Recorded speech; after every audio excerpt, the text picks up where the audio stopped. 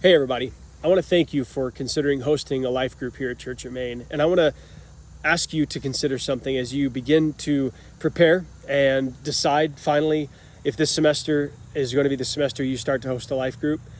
I want to ask you to do something, and I want you to think about it. And this is not a command, but I am asking with all the understanding that you may not be comfortable in this space, or maybe this isn't how you maybe feel led to lead this.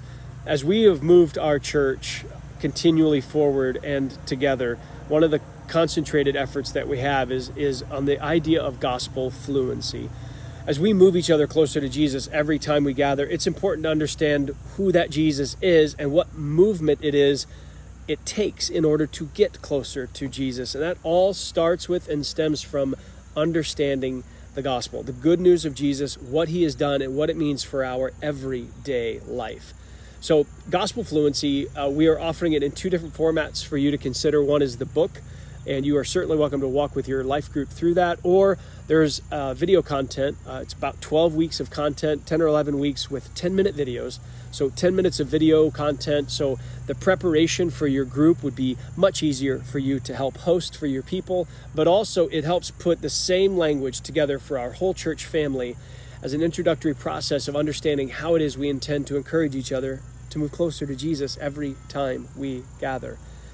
Gospel fluency comes down to being fluent in our understanding of and our engaging with the good news of Jesus Christ, what he's done, his life, his death, his burial, his resurrection, and his ascension, his current intercession on our behalf before the Father. All of this is a part of our daily life. And often for the Christian life, we think there's all these things we need to add on to our life. And, now that I believe in Jesus, now I've got to go on to other things. And that's not what the Bible gives us. The Bible gives us now let's return back to the things we've been taught and build on them with the same truth, Jesus. So Ephesians 4 talks about the body of Christ being built up in love. Well, the way that we're built up is according to the truth, which is in Jesus.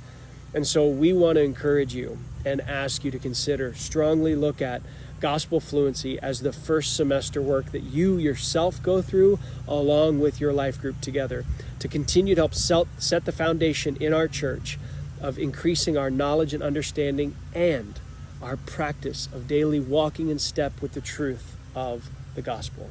Thank you so much for all that you're doing to consider this.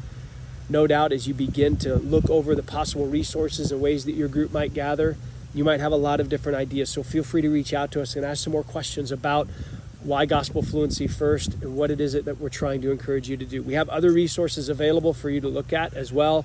But again, as it pertains to the language of our church family, please strongly consider taking a look at gospel fluency first, then follow up with the rest of the materials that we have available for you to look at and to go through together as a church family. Thank you again for all you're doing for not only God and his church, but for all of these relationships that are growing as a part of those two great gifts we have.